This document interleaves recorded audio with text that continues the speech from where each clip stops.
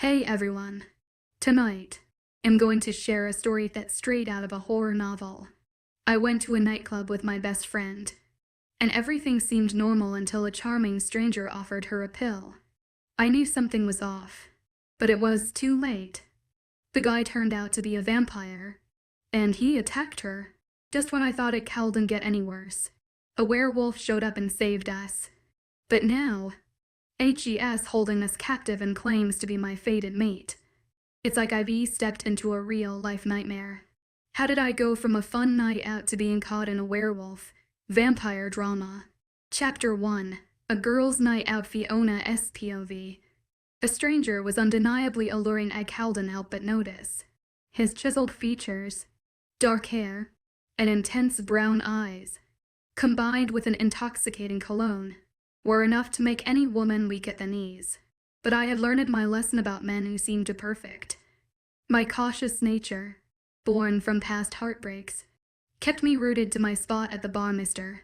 Sexy, as I mentally dubbed him, materialized from the pulsating crowd of the nightclub, his gaze flickering between me and my best friend, Katrina.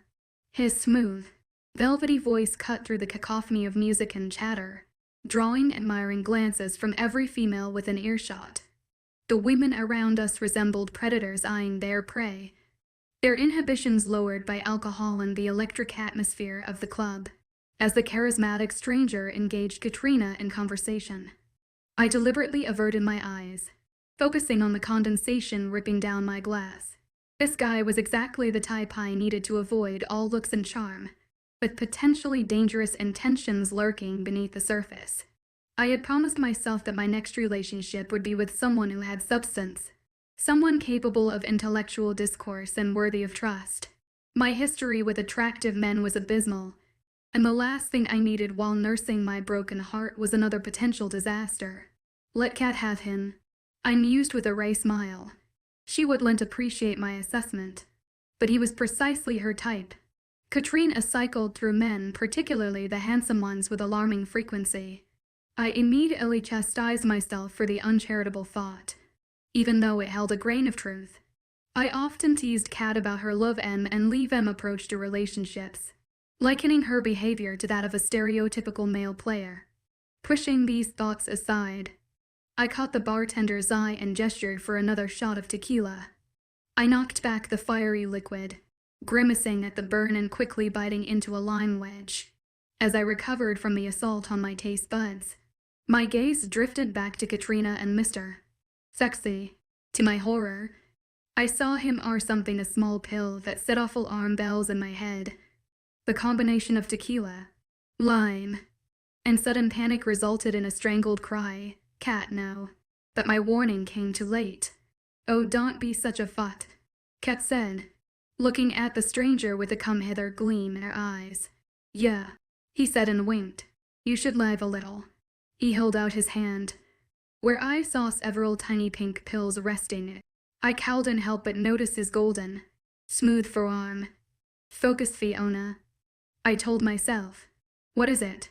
I asked, pushing my long raven-colored hair over my shoulder. I felt the unstickle my mid-back, right above the V of my little black dress. He chuckled, licked his perfect lips, and said, just a little something to amp up the fun. It's harmless, I promise. The arrogant man winked at me. Kat giggled and sided up closer to him. Come on, Fiona, do it. You deserve some fun after what? Don't you dare say his name. I shouted and noticed several people looking over to see what was going on. Katrina held up her palms and said, Okay, fair enough. Katrina, or Kat to most, was my best friend even though we are different. Like night and day. But they say opposites attract, right? We were neighbors for years until a plane crash took her parents' lives when she was 15. My father mostly adopted her afterward, and we were family, like sisters, and I couldn't help but worry about her. The stranger smiled my way, lifting his chin. Come on, gorgeous, let's party. Just pop this into your mouth. You'll never want to party without one again. I felt a weird sensation in my tummy, like a knot of anxiety. It did wonders for my eyesight. As well, I was no longer peering through rose-colored glasses. I could see him for what he was now, and I didn't trust him. Suddenly, Mr. Sexy wasn't as hot as I once thought. I looked at Kat. She was smiling, but her eyes seemed glazed over. I prayed whatever she took wouldn't hurt or kill her. No thanks, I ventured, smiling. Your loss, he told me. Come on. Hot stuff. He put his hand on the small of Kat's back, urging her toward the dance floor. Let's leave Debbie Downer at the bar and go dance. I sighed, rolled my eyes, and watched as he led Kat into the throng of people dancing. Somehow, I'd have to keep my eyes on her. Can I buy you a drink? I heard from behind. I turned and stared at yet another gorgeous man. Great. They are out in droves tonight. I told myself, if I wanted to hook up, there wouldn't be a good-looking guy in sight. There was something different about this guy, though. His hair was darker than the drug-pushing idiot who led Kat astray. It was jet black, like mine, and his eyes were a clear green, or perhaps gray. It was hard to tell inside the darkened club. I looked away before getting lost in his gaze. I wanted to scream yes, but I remained firm. That's very kind, but I'm driving, I stated with a smile. Letting people down or hurting their feelings bothered me, and I hated it. Oh, I see, he said with a coy grin. It was a waste of time to worry over his wounded pride. I could almost smell his confidence. It oozed from his pores. You know, the designated driver and all that, I said, taking in his lean, muscular form, casual yet sophisticated attire, and almost folded. I was a sucker for a straight man with an eye for fashion, but I held my guard. He laughed. His baritone voice caused my flesh to pebble. Damn this man. Is that why you've been throwing back tequila shots? So you can safely drive your friend home. He raised his brows and grinned. His gaze landed on my empty shot glass. But I'd wager you'd still be in a better state to drive than your friend. He jutted his chin out toward the dance floor where Kat had followed the stranger. I sighed. And damn this man again. I'm so busted. I'm sorry. I began when he cut me off. Don't be. I was kidding about the drinks, but you were sensible and did the right thing by not taking what that guy was offering, he said, losing his smile and his tone now serious. You saw that? I asked in bewilderment. What was this guy doing?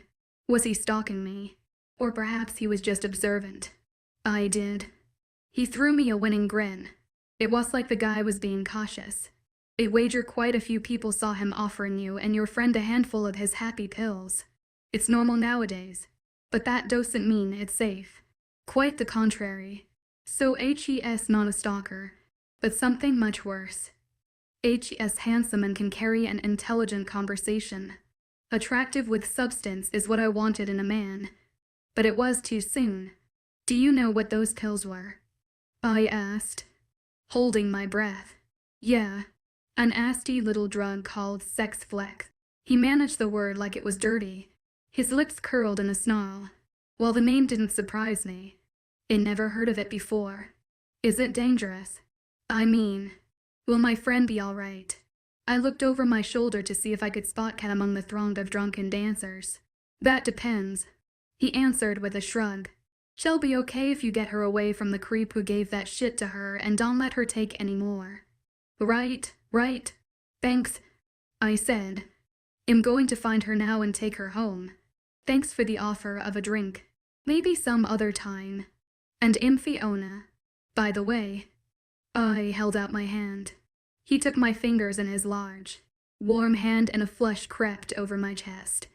Charmed to meet you, Fiona. I'm Rowan and I'll accept the rain check. And I'm holding you to it. Well, thanks for everything. I better dash. You know, drugged and drunk friend. I smiled and held his gaze a bit too long. Another time, perhaps. I said to myself, no problem. Please be careful. He smiled and left me staring after him. I turned away and made my way toward the dance floor. searching for Cat.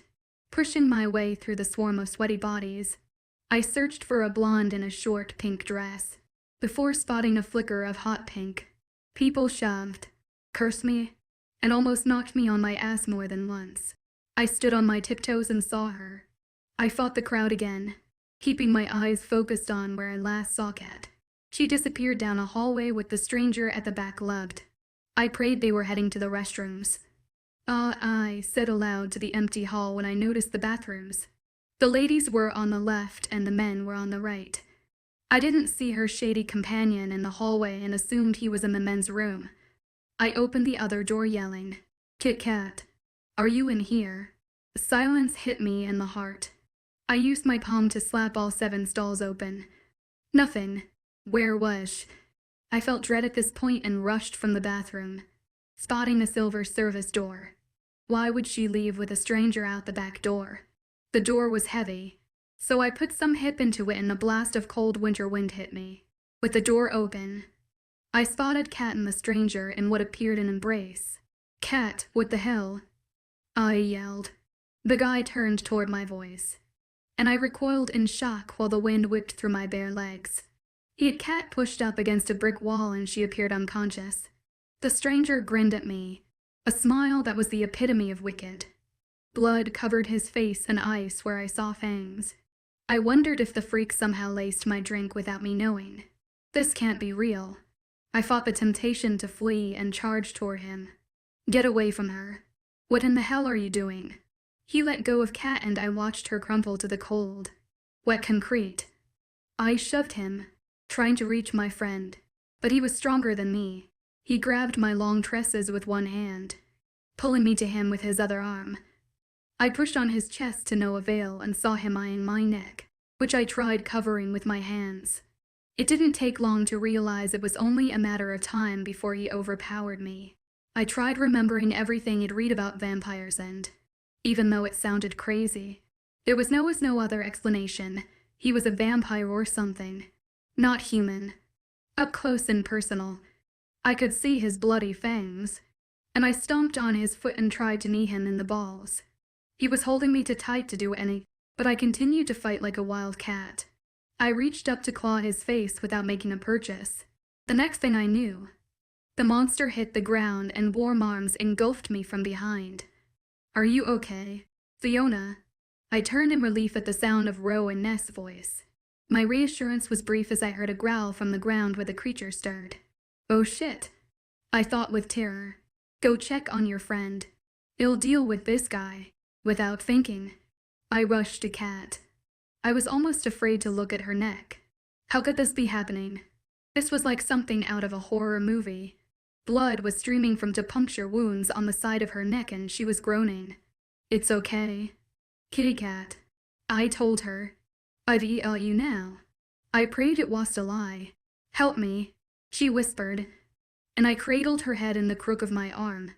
I now had a ring side seat to the gruesome fight between Rowan and the sharp, fanged monster, who landed a punch to Ro and Ness' pretty jaw.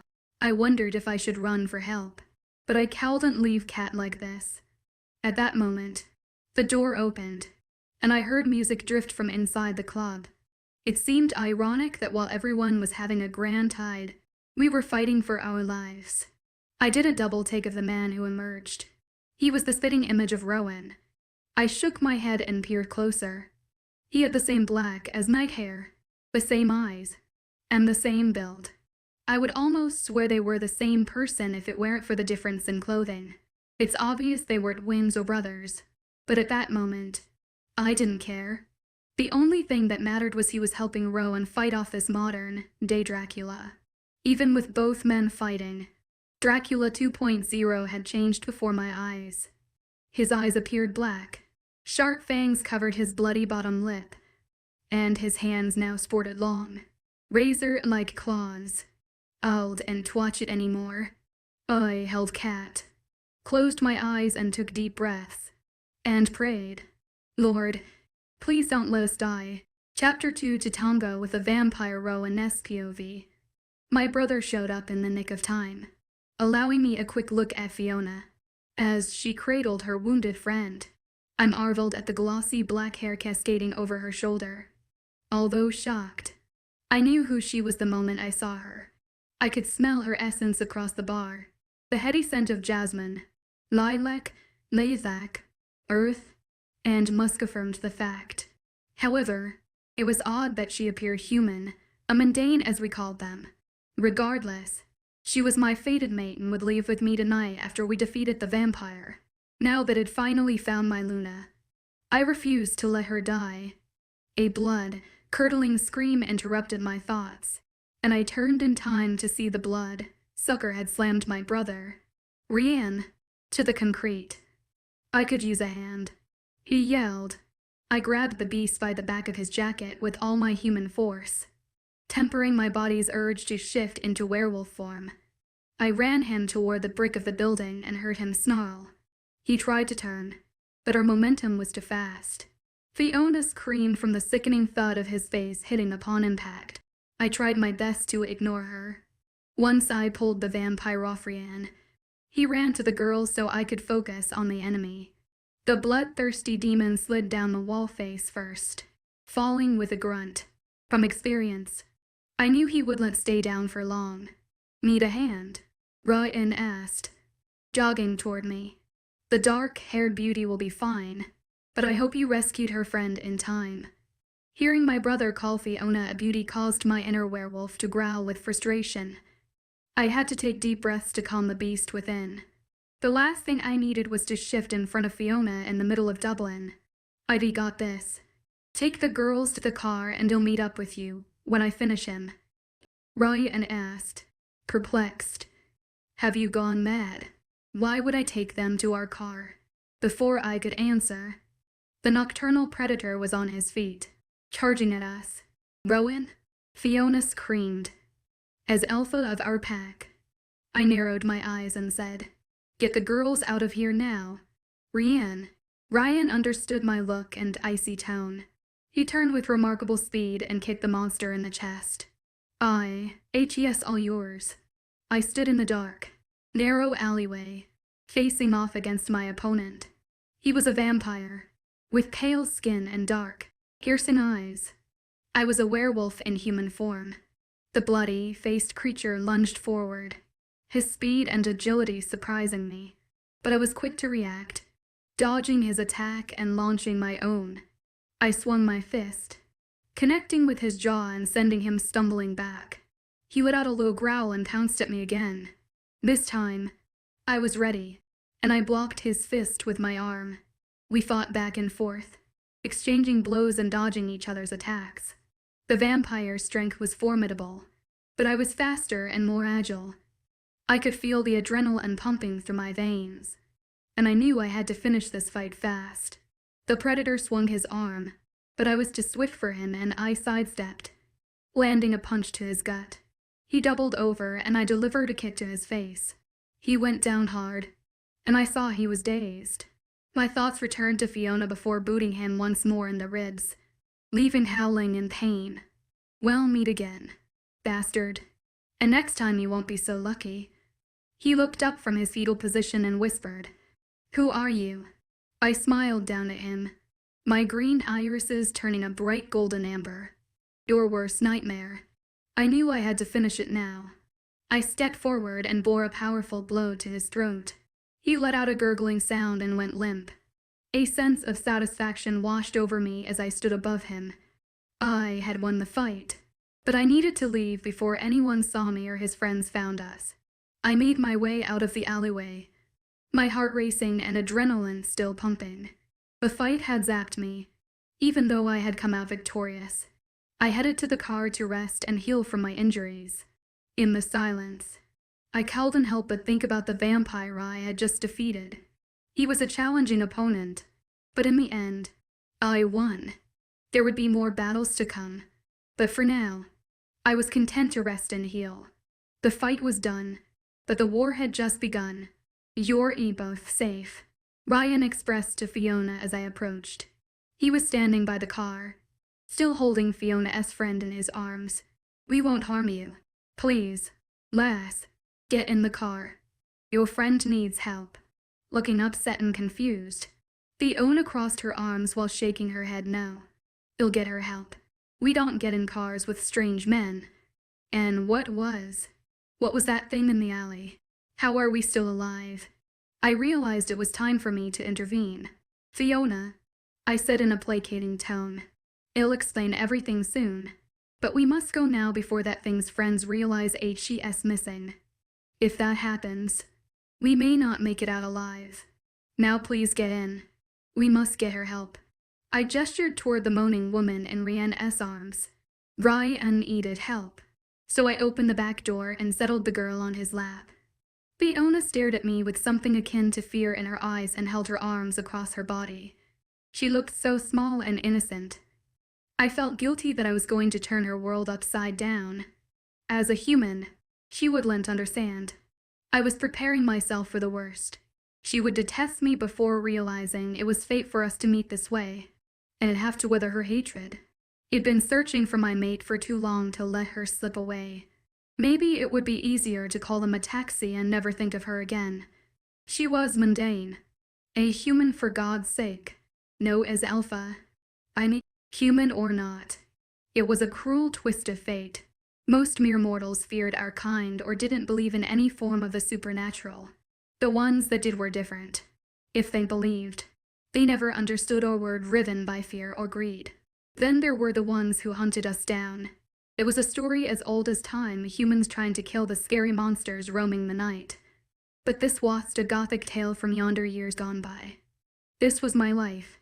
A life that just got more complicated by a beautiful human named Fiona. It's okay. It's okay. Love.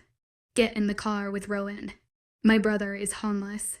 Rhiann snickered from the back seat. She glanced in the window and frowned. But he winked. I didn't like how he flirted with Fiona, but I remained calm. I was on a mission and realized I couldn't admit the truth while coaxing her into the car. She's mine, but I can't mark her yet. After a moment, she narrowed her eyes at me and said, Fine. My father is well known in the community. If anything happens to us, you'll pay the price. The sound of her voice was soft but fierce, awakening a need in me I found hard to ignore. I opened the car door and smiled. Your chariot, my lady. My attempt at humor didn't work. She rolled her eyes and entered the car. I jogged around to the driver's side before she changed her mind. What's your friend's name? Ryan asked as I started the car.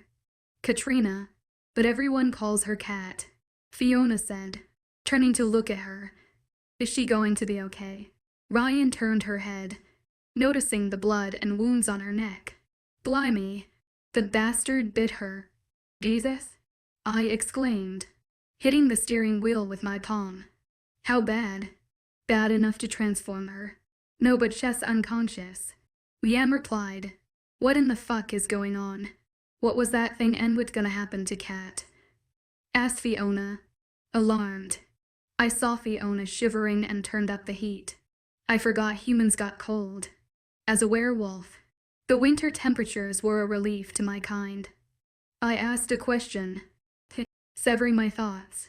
I couldn't believe my brother hadn't jumped at the chance to answer. Perhaps he was getting the hints I'd been throwing. Sorry, your drug-pushing buddy was a dangerous supernatural creature.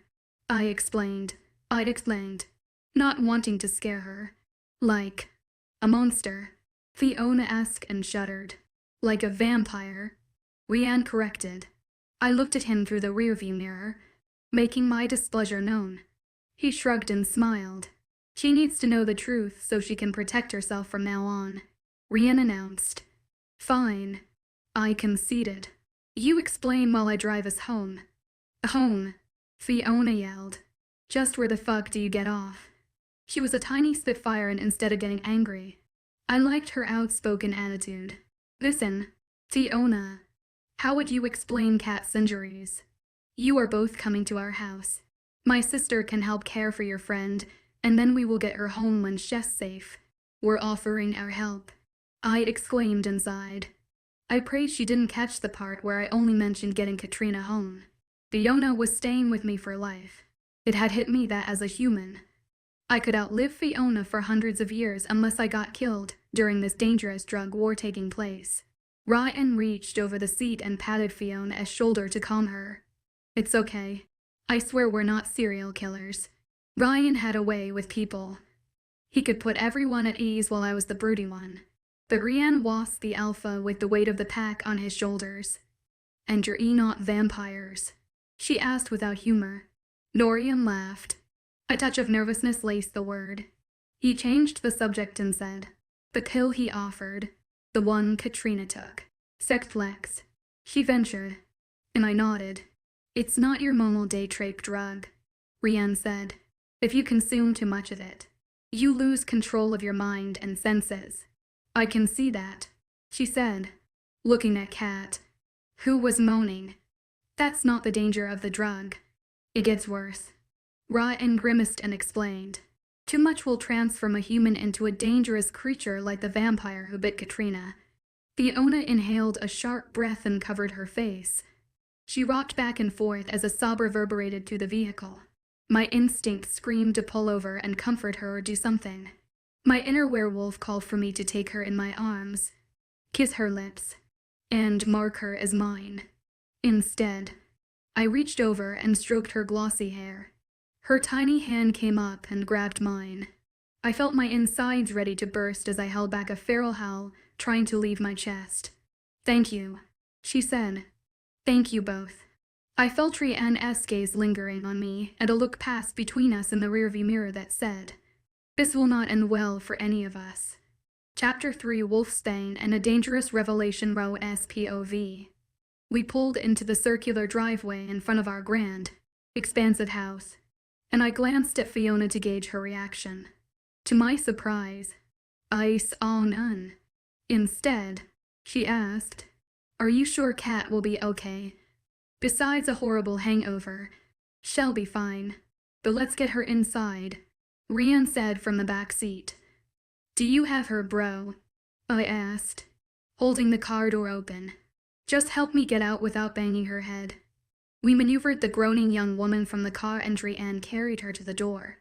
I unlocked it, standing out of the way, and glanced back at Fiona.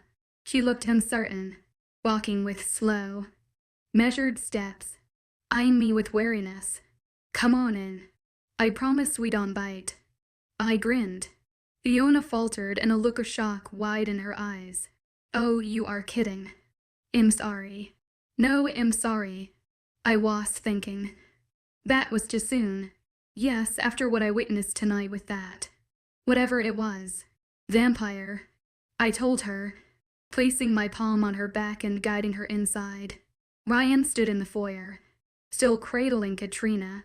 Where should we put her? I think, under the circumstances, we should take her to Mom's room since it's on the ground floor. I looked toward Fiona and asked, would you feel more comfortable staying overnight in the same room? You know, so you can watch over her. I'm not comfortable staying here at all, but since you've given me little choice in the matter, it's fine. She stood with her arms crossed and lips in a firm, straight line. If you guys are done, Kat needs to be cleaned up, Ryan said, giving us a sharp look. Are you sure your mom won't mind? I mean, as big as this house is, I'm assuming you have guest rooms, Fiona said while she followed us down the long hallway. Mother is on an extended holiday in London and wouldn't mind if she were here, I assured her. Ryan laid the girl on the bed and I said, go grab Kyra. Just about their size or close enough. Tell her to bring something comfortable for them to sleep in.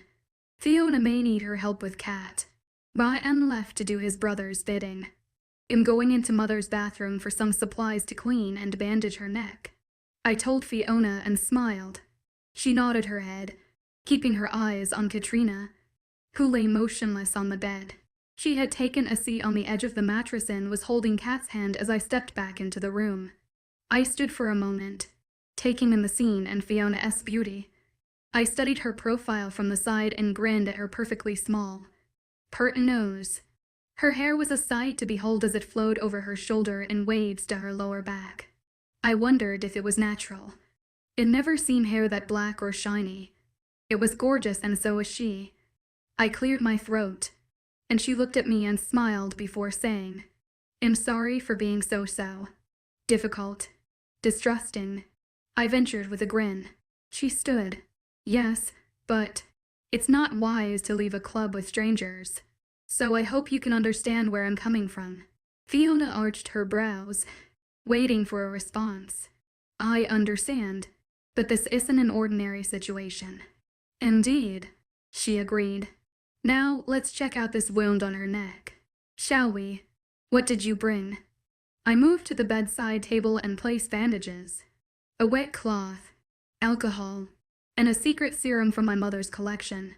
She's a healer in our pack, and I learned a few tricks from her over the years. I knew this concoction would pull any impurities or poisons from the wound. "What's that?" Fiona asked, pointing to the jar containing the golden flake serum. "It's a natural remedy my mom uses. It will pull out any infection or poison from her wound." "That's great. Just let me unzip her dress so we can have room to clean and bandage it. She will have my head if we mess up this designer dress." I decided not to mention the blood speckles on the mini dress. The top part was tall enough to cover her neck, but it zipped from the bottom all the way up in the front, leading a round silver circle dangling. I watched as Fiona placed her finger in the loop and zipped the dress past Katrina's strapless bra. Out of respect, I turned my head and busied myself by handing her the wet cloth, and then I applied alcohol to a sterilized pad. "How bad is this?" Fiona asked. "I'm not gonna accuse you of being a perv for seeing cat's bra. I promise. Please, you seem to know a hell of a lot more about this than me." Before I could oblige, my brother and sister burst through the door, bickering as usual about something. "Quiet, you two," I whispered, piercing them with a look they knew well. "Lay the clothes on the foot of the bed. Kyra, Fiona, this is my little sister. Kyra, this is Fiona and her friend. Katrina, she prefers cat," Fiona said with a smile. "It's nice to meet you. Kyra, I'm sorry it's under such bizarre circumstances. And thank you for the clothes. Nice to meet you. I hope Kat is okay." When Rianne told me there were actual females here, I was so excited. At home, I'm surrounded by guys and Kyra. I warned and shook my head. I felt guilty because we kept her pretty isolated, but it was for her own good. I would protect her with my life, but at 15, it had to be this way. She was young and too enthusiastic. Times were dangerous for our pack right now. "Are you going to help or tell me what to do?" Fiona asked me. "Yes, sorry. Yeah," I said, handing her the pad saturated with alcohol. "Just clean the blood from her neck and you'll apply the serum when you're done." "Thanks." Fiona took the pad and, with caution, cleaned the area. "I need another one. The blood is dry." I handed her another pad, and when she was done, she got up from the bed. "Okay, use your magical healing stuff. I hope it works." I sat beside Kat with the serum ready. She turned her head, moaning, causing her long golden hair to fall over the wound. As gently as possible, I pushed the hair away from her neck. "Damn it," I yelled, jerking my hand away. "What's wrong?" Fiona asked, confused. I stood up and shook my hand. Fuck. "Oh no," Rianne said as he raced to my side. "What is going on?" Fiona screamed, backing away from us. "Her necklace," I declared. "What about it?" "It's just a silver necklace my father gave her." Fiona looked at me like it'd grown 3 heads and rolled her eyes. "Take it off of her or I can't help." I narrowed my gaze at Fiona, and she did my bidding with no further questions. It was silver, all right, but not just any silver. It had to be the purest form of silver to burn my skin. "Fine." Fiona muttered something under her breath and unhooped the offending chain. "See, just a harmless and pretty necklace," she said, letting its wing back and forth on her finger. "Holy shit," Rianne whispered. "Is that Wolf SBAN?" Kyra shrieked, running around the bed to get a better look. "Kyra, stay back." I roared while keeping my eyes trained on Fiona and wondering who or what were these women. Fiona looked taken aback as I continued to glare at her. Wolfsbane. What is Wolfsbane? This is just a necklace that No. I shouted as I stepped closer and watched her eyes widen. I didn't care if she was my fated mate or not. It's not just some pretty silver necklace from your father. I grabbed it from her hand, gritting my teeth to keep from crying out in pain. Do you see the pretty purple liquid inside the clear flower? Fiona stood like a statue etched with fear. Answer me. Damn it. She stepped backward until her legs hit the bed. Why, yes. That's Wolfsbane.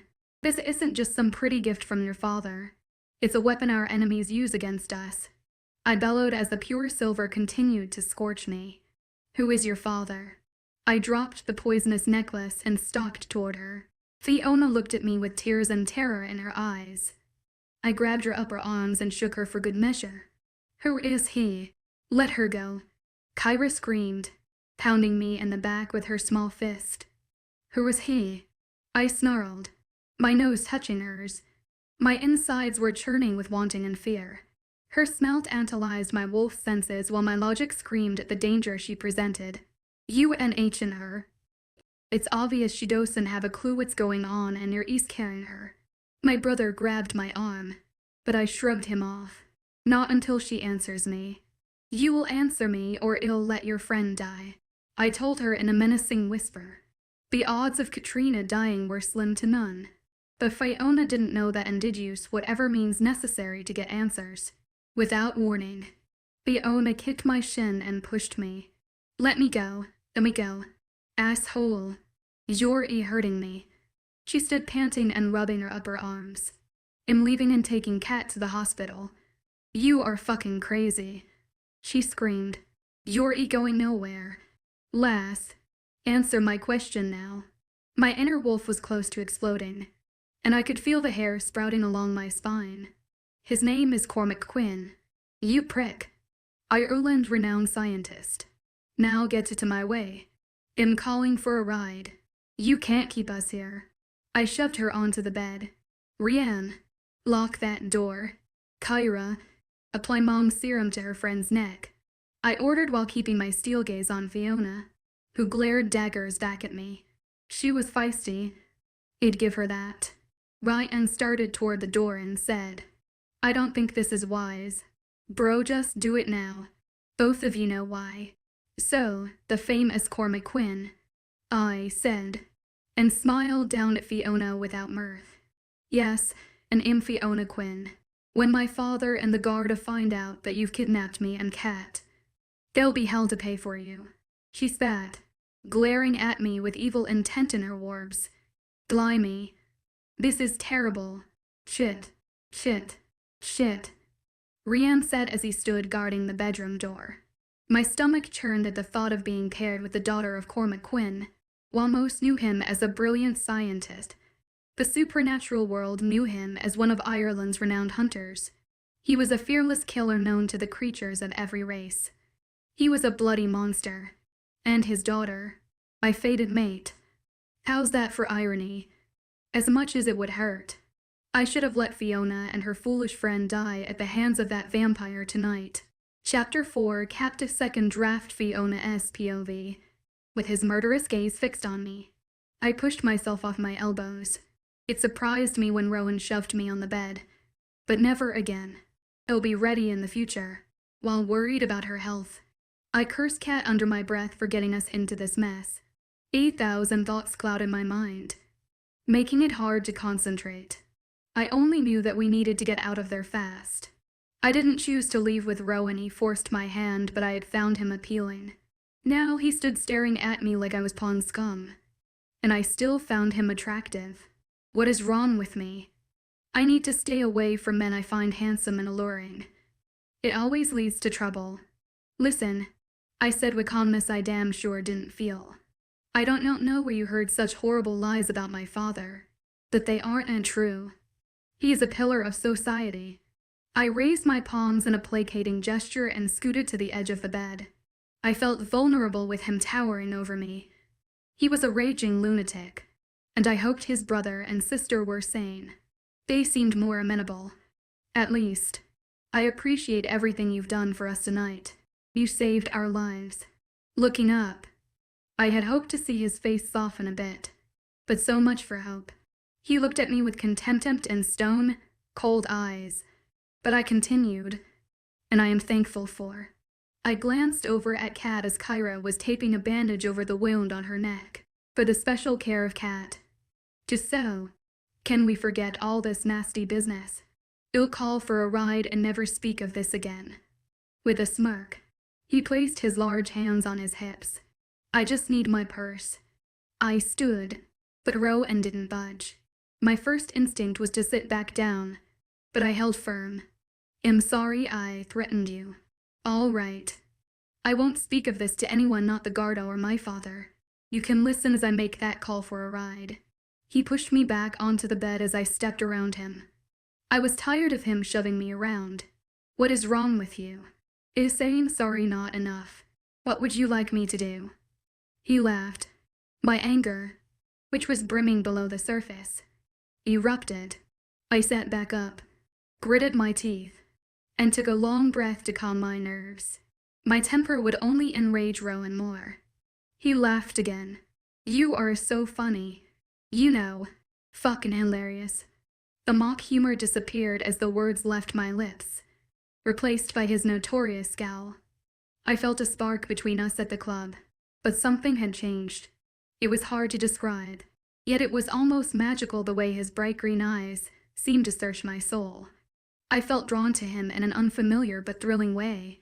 For a moment, it let myself daydream of a relationship with him after he saved my life. Stupid female shit. I admonished myself in silence. I was foolish and ashamed that I'd practically named our children. A wee lad with chestnut brown hair and dark emerald eyes matching his dad's. A wee lass with coal black curls framing a heart-shaped face with large blue eyes like mine. And even with everything that had transpired, I still felt something for him. Something besides the fear and hatred, something for a nightclub name. My brain was battling to take control of my ridiculous emotions. There should be nothing to battle, and I shouldn't harbor any fondness for this horrible man holding me captive. I despise him. I told myself to gain back my wits and control. Why does he have to be so bloody gorgeous? He was the epitome of tall, dark, and handsome, and I wanted to run my fingers through his thick dark hair and get lost in his eyes, the color of a lush summer field. His body was lean but muscular, just the way I like. I wasn't fond of stocky, brawny men, but Rowan appeared like robust perfection. Damn him. Listen to me, please. You're wrong about my father. As a scientist who does only good. His research has saved lives all over the world. So you see why calling him a killer is ridiculous. Don't you?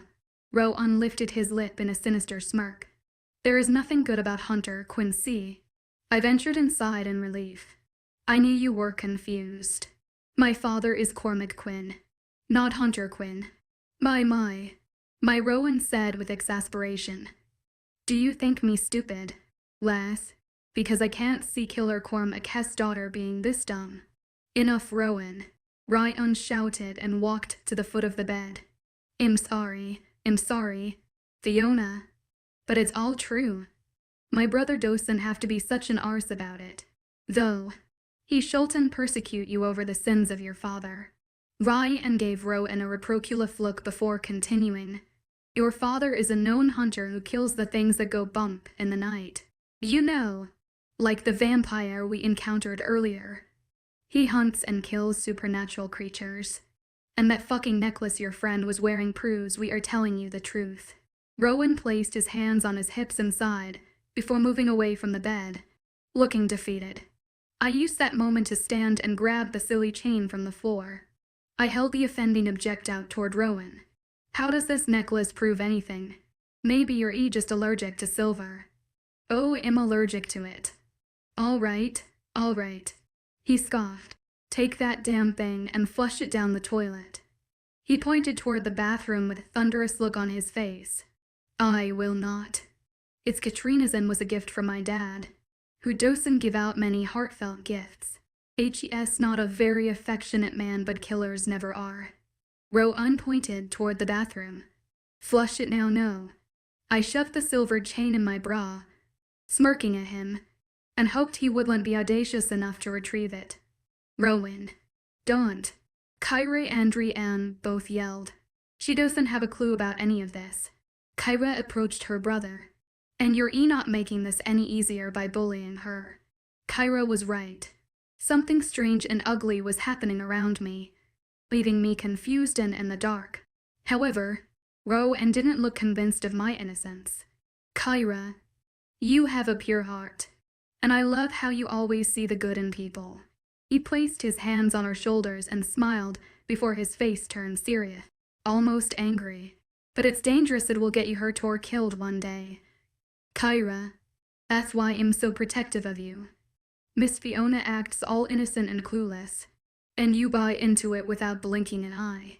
I rolled my eyes and slapped my forehead. My father gifted us both one of these when we started university. It's a flower. I can't remember the name. He said it was called the Queen of Poisons and would ward off evil spirits. Rowan was narrowing his eyes at me, and I felt like crying. This had been the night from hell, and I was suffering the effects, so I allowed the tears to slip from my eyes. I don't remember my mother because she died giving birth to me.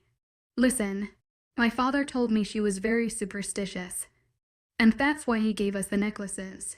As my tears turned to sobs, I sat back on the bed with heavy limbs and an aching back. I was sick of all this. See, I was right not to trust her. She knows what the necklace stands for. Queen of Poisons. She called it. And you both heard her admit that. Rowan glanced between his brother and sister. She doesn't know. Rowan? Ryan sat beside me and patted my back. I'm sorry about him, but he is right about your father. Bro, don't be an EEJIT. Just doing a great job of fooling you two. Be careful, or you might end up covered in her wolfsbane or worse. You better watch yourself. I'm not trying to fool anyone. I was beyond drained and losing my will to fight. Right now, I'm confused, angry, exhausted, and terrified. I've never seen a bloody freaking vampire before. And before tonight, I didn't know they were real. And I have never heard of wolfsbane either. I crossed my arms and prayed that Rowan would leave the room so I could rest and think. I believe you, Rian affirmed. It was a minor victory, but I felt pleased anyway. I do too. And you're a big fat jerk. Rowan, I think you should leave Sophie Ona can rest. And once her friend recovers, let them go home. Kyra glared at Rowan and huffed while placing her hands on her hips. Great. 3 against 1. Is it? Well, that's fine. But remember, I'm not just your brother. I'm also your alpha, and we all know you're our alpha, bro. And we know you're right about her father. Rian interrupted, and I observed a peculiar look pass between the brothers. But she knows nothing about supernatural creatures, other worlds, or how her father fits in all this. Ryan shrugged. Whatever. Rian, she's still his daughter. And I'm keeping her here. You'll contact the bastard tomorrow and tell him where his precious Fiona is. He threw his head back and laughed, causing a chill to shoot up my spine. Ryan stood and grabbed my hands, giving me a sympathetic smile. I'm sorry.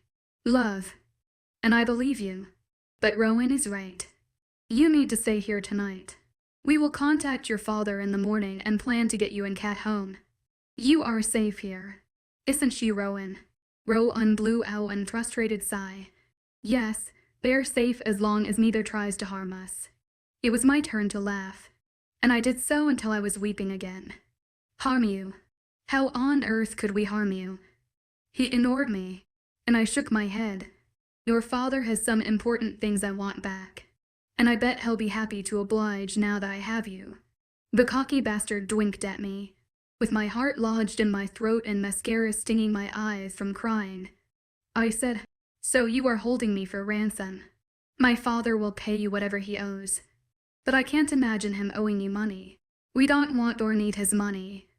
The things he has are priceless and belong to us. The venom in his voice shocked me. Fine, but my father is not a monster. You're the monster. Get out. I screamed and jumped off the bed, pointing to the door. Lock us in if you must, but get the hell out. I'm exhausted and can't take any more tonight. Come on, Rowan called to his siblings. As I watched them leave, Kyra turned and waved with a sad-looking smile. Hey, don't do anything stupid. You'll be outside this door and have guards surrounding my house. Rowan scowled at me before slamming the door so hard I flinched. Despite my dirty, torn little black dress, I crawled up beside Kat and cried myself to sleep. Chapter 5, The Twilight's Own Fiona's POV. Although I still felt exhausted, I woke up several times before sunrise. It felt like I was living in an episode of The Twilight Zone. Every time I roused, I reached over to make sure Kat was breathing, relieved she was alive, but I wondered when she would wake up. I was alone and scared and needed her. Damn it, Kat could help me talk this through. We could figure it all out together like we always did. As I lay in the dark, I kept going over everything that had transpired and I had questions. Things were going to change when I saw Owen again. He demanded explanations from me, but now it was my turn. Why did his skin burn from the silver? And why was he so worried about Wolfsbane? He insisted my father hunted and killed creatures of the night. To why would he care? I sat up in bed and whispered, "Oh shit." A snippet of conversation stood out in my mind. I had asked if they were vampires and Dree denied it. It made sense, I suppose. Would they have still fought the guy at the club if they were vampires? Did all vampires get along? I didn't have the answers, but crazy as it sounded, I feared Rowan and his family were not human. The very idea was laughable and never in a million years would I believe something so absurd until now. After last night, I saw with my own eyes that other creatures besides humans exist. I saw an actual vampire. I thought and swallowed hard. My mouth was dry, and I was desperate for a drink. I didn't want to drink bathroom water, nor did I relish the idea of waking anyone yet. I wasn't sure how to face these people or things, whatever they were. They could be dangerous and I was terrified. I scrambled off the bed and padded to the bathroom to relieve myself. Standing in the darkened room, I closed my eyes and counted to 10. When I opened them, I could make out the room better. After using the toilet, I washed my hands and splashed cool water on my face, and that's when I remembered my purse. Where was my purse? I raced from the room, my gaze landing on the clothes Kyra had brought. I thought my purse was on the bed. Where's the damn light switch? I whispered and crept to the door in case Rowan was on the other side. My finger flipped the switch to the left of the door and I stood mumbling for a moment and listened for any sounds. Hearing nothing, I wandered around the large room looking for my purse. To no avail. I even checked under the bed. That bastard had my purse with my cell phone. I was furious and parched. Anger always gave me my courage, and I grabbed the clothes, picking out a pair of joggers and a Janis Joplin t-shirt. At least the kid has good taste in music, I thought with a smile. Janis Joplin was one of my all-time favorite female singers, and I felt this was a good sign. Call me silly, but I believed in things like fate and signs. However, I needed to wipe the grin off my face, stop singing Bobby McGee in my head, and return to being bloody pissed off. If not, I'd lose my courage. Once dressed and concentrating on being held captive by a stranger who may or may not be a vampire warlock, I rapped my knuckles on the door. I stood with my hand on my hip and waited. Nothing. This time I pounded on the wood using my fist.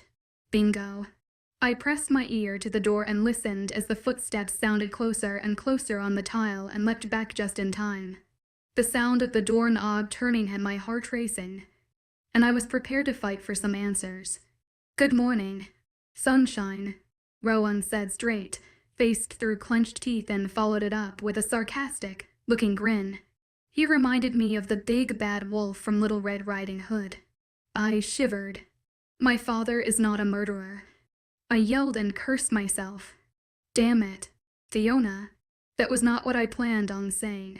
Rowan stood with his hands on his hips and a bored look on his face. So you've told me several times now. He looked over at the bed and back at me. How's your friend? The same. When will she wake up? It's still early. She's sleeping it off. Now we have some business to take care of. Les, come with me. He ordered and stormed off, leaving me with my mouth open. The bloody cheek of this man. I said loud enough for him to hear. I didn't get a response, which made my blood boil. Are you taking the piss? I ran to catch up with him. He had to be joking. I was famished and beyond thirsty. He turned, and we collided. You'd have thought I had burned him by the way he flinched away from me. No, I'm not taking the piss. You want to go home. Right. Yes, but where are your manners? I stood with my hands on my hips and narrowed my eyes at him. Not only am I starving, but I have had nothing to drink since the tequila last night. I said with my voice raised. This isn't a bed and breakfast. Princess, he said in a whisper. Why are you whispering? Afraid you'll wake up one of your siblings and they find you denying me basic human needs. My brows rose to my hairline as I waited for his response. I could not care less what my siblings think. The boss here is me. The quicker you realize I am the one in charge, the better we will get on. Follow me to the kitchen. He strode off in a huff and I followed. A minor victory, but I took it. The war with Rowan was far from over, but I needed sustenance and caffeine to spar with him. Rowan led me to a grand kitchen that smelled of roasted coffee, eggs, and sausage. My mouth watered as I took in my surroundings. The room was large but felt homey to me. Light filled the room as the sun shone in through the 4, 2 ceiling windows, taking up an entire wall. It was a lovely kitchen. I had a thing for a nice kitchen. Make yourself at home, Rowan said, holding out a hand to show a spread of food covered with silver lids on a long counter. Coffee or tea is over there. He pointed to a Keurig tea kettle beside the range. There's cream, sugar, and anything else you could want for your beverage and bottled waters in the fridge. Take care of your basic human needs and I'll be back soon. He glared at me and left. Thank you, I said with a sneer and rolled my eyes at his retreating form. Take care of your basic human needs. I mocked him with disgust before I did just that.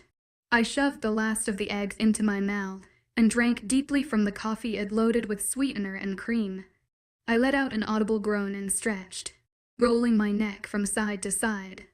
I closed my eyes and did my shoulders too. It felt wonderful to stretch out the kinks in a full belly helped. As well, I opened my eyes and screamed. Blimey, you scared me. Rowan was leaning against the counter, staring at me. He licked his lips in for a moment. I forget to hate him.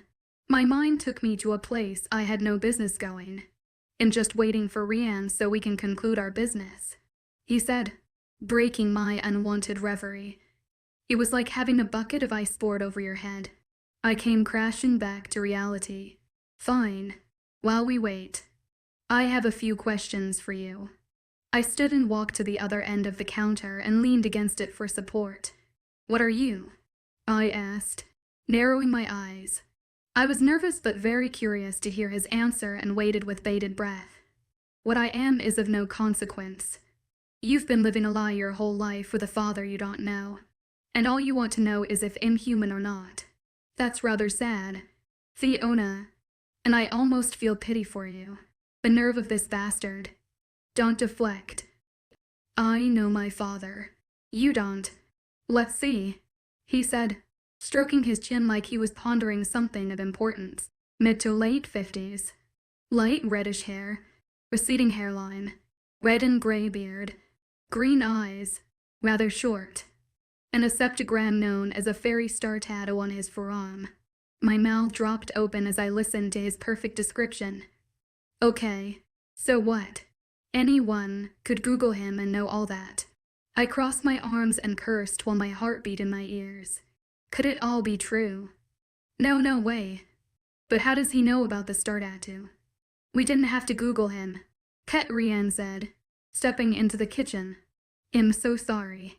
I am. But we know because HES tried to kill us a few times. 4 times, Rowan added, glaring at me. But it can't be true. I cried, gripping the edge of the counter. Wait, if he tried to kill you? Rowan growled. Enough. Rowan? Rian whispered with harshness. Give the lass some time to work it out. The brothers standing side by side were blurry and distorted as tears clouded my eyes. If he tried to kill you. I choked out again. That means Yori. Yori. Werewolves. Rian answered. Werewolves. I whispered, swallowing hard, and wrapped my arms around my body. I am in the twilight zone, I thought as I stumbled toward the closest chair. Chapter 6, A Cruel Reality Rowan's POV. I hadn't wanted Fiona to find out we were a family of werewolves this way. However, the words were out there now, but there would be hell to pay for Rian at a later date. Right now, I needed to figure out how to deal with her, so I could make that phone call to her father. I was itching to tell him I held all the cards and that if he wanted Fiona back, he would meet my demands. She sat looking at us, her face drained of color, and her mouth was slack. I worried she might faint. Nice. Rian, I told my brother, throwing him a menacing glare. What were you thinking? Look at her. She's in shock or something. Sometimes it's best to just rip the band-aid off. Besides, you've had ample time to tell her. Jan O. Instead, you put it off and she must have been wondering. He shrugged his shoulders. Fiona, pet, are you all right? I promise you are not in any danger from us. When she sat in silence staring at nothing I could pinpoint, I knew I had to do something. I approached her with slow steps, so as not to frighten her. Rian is right. We will not hurt you. And you have my word on that. She raised her dark blue eyes and met mine. I don't believe it. I don't believe any of this. This is all too much for me to take in. You expect me to believe that you are a freaking werewolf. She started laughing and didn't stop. She laughed louder, throwing her head back until it sounded like a crazed cackle. Great. Now she's hysterical, I thought, glancing over my shoulder and cutting my eyes at my big-mouthed brother. See what you've caused. Just having a hysteria breakdown or something. I'm not hysterical. She piped up, wiping tears of mirth from her eyes. It's just hard to believe. First a vampire, now werewolves. What's next? Witches and warlocks. She winked at me, the sarcastic wench. I hope not, I answered. We try hard not to mix with the other races. We don't all get along very well. Yeah, I noticed, she said in a dry manner. Did you kill that vampire? No, just maimed him pretty well, since the tools to kill him were not with me. I've scoured the bars, clubs, and pubs trying to gather information about sex flex to find out who created it and is distributing it. That bloodsucker might have been a human before. I told her. What do you mean? She asked, confusion marring her forehead. Someone could have given him sex flex, and it's very addictive. We've explained it. Fiona, after taking several doses, it turns humans into certain creatures. I'm not sure how it works yet. I don't know why it turns some into vampires and others into goblins. Hell, for all I know, it may turn people into werewolves, fairies, and witches. I don't know enough yet, but I intend to find out. I see. Fiona ventured. Well, I wish you luck. But I want to take Cat home. Right? I said, gritting my teeth. Although I planned on sending her home as soon as I got what I wanted from her father, my inner werewolf was protesting. I knew I had to let her go. Mate or not. Still, the thought of releasing Fiona after finally finding my Luniston, it hurt. Honestly, my heart ached, and I yearned for her. I stood and removed her cell phone from my back pocket. I'm going to call your father now. He's holding some of my pack prisoners and I intend to get them back by exchanging you. She hopped from the chair and it toppled to the floor. That can't be and I don't believe it. Fiona cried out. I watched her clear blue eyes cloud over as tears dripped onto her T-shirt. "Sorry, Fiona," I whispered, giving her a sad smile. I was too tired to be angry with her anymore. He has several adults and a few children as young as 4. Their parents are going out of their minds and, as alpha, they are relying on me to get them back. "My father has children held captive?" she asked with a sob. I can't imagine the man I know doing something like that. Sure, HE's never been affectionate, but HE's not cruel. HE's been a good father and has taken excellent care of me. Kat too. Her parents died some time ago, and he took her in. This is overwhelming. Why would he take them? He said he was a hunter, a killer. You didn't mention kidnapping. Think about it, Katrian said, approaching us. I knew he called and stay silent for long, and if he called her pet or love once more, I might not be able to control my actions. I called and keep her, but she belonged to me. If I told him she was my mate, he'd back off. But he would also badger me to death about sending her away. Plus, I knew him too well.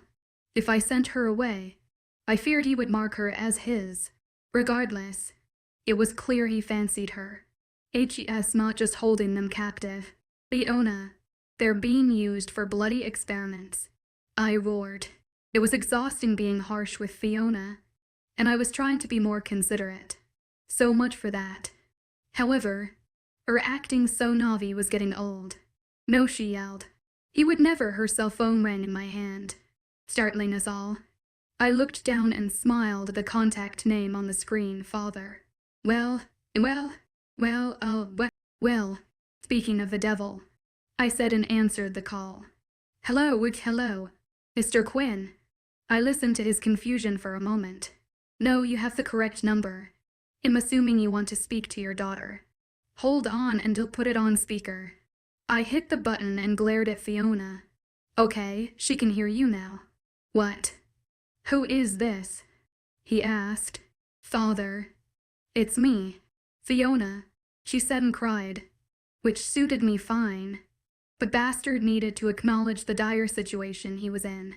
Fiona, what is going on? Where are you? Is Kat with you? And who is that man answering your phone? I turned the speakerphone off. You don't remember me, but I remember you well. Listen up, Quinn.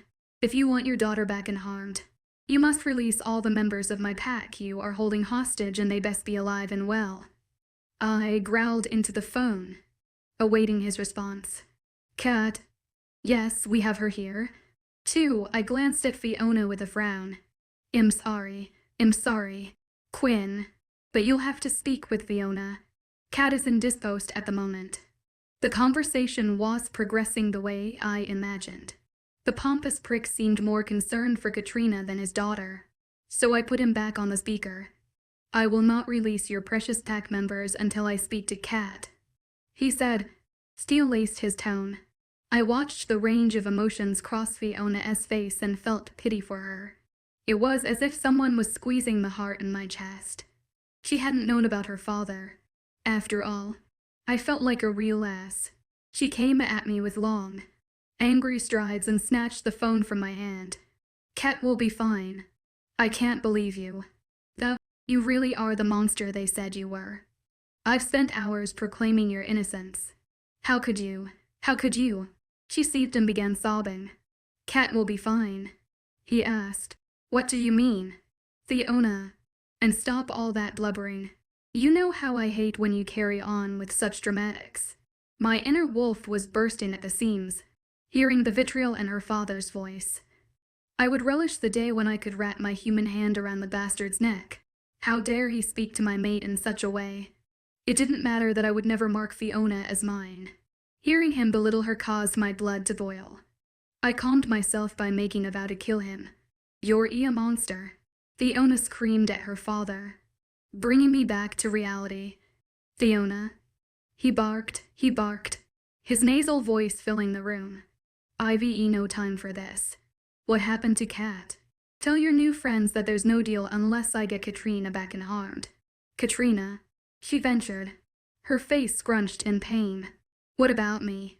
Cat is fine. They can keep you for all I care, he told her, sounding bored. And if Cat is fine, I will speak to her first before we agree on anything. You can stay there with those mange beasts, but I will get my Katrina back. I watched as she stood, her cell phone clutched in her shaking hand, her mouth open, eyes wide, and wet. She looked to be in shock. I could tell how her father's disregard was hurting her, and I grabbed the phone back. Listen here. You arrogant, disgusting bastard. Your precious Katrina could speak to you if he was as responsible and smart as your daughter. And they are both alive thanks to me and my brother. Katrina thought it would be a lark to take unknown drugs from a bloody stranger last night. But Fiona knew better. That stranger gave her Sex Flex a magenta club. Sex Flex. He yelled into the phone. How many did she? She only took one. But that's not the point. Old man. She took it from a vampire. I told him and heard his audible intake of breath. And before you ask, yes, he bit her and would have killed Fiona and Katrina had I not shown up when I did. I suppose you think I owe you something for this act of gallantry. He snarled. I want nothing from you except what belongs to me. I used a special serum to pull out any impurities or poison from the wound in Katrina's neck. So the foolish girl will be fine.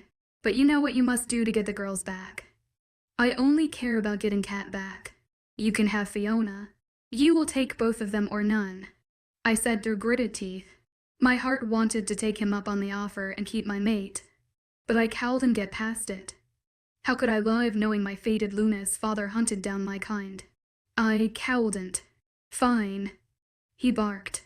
I will gather your property and we can meet at the narcissistic prick was calling the shots. I call you back with instructions. I said and ended the call.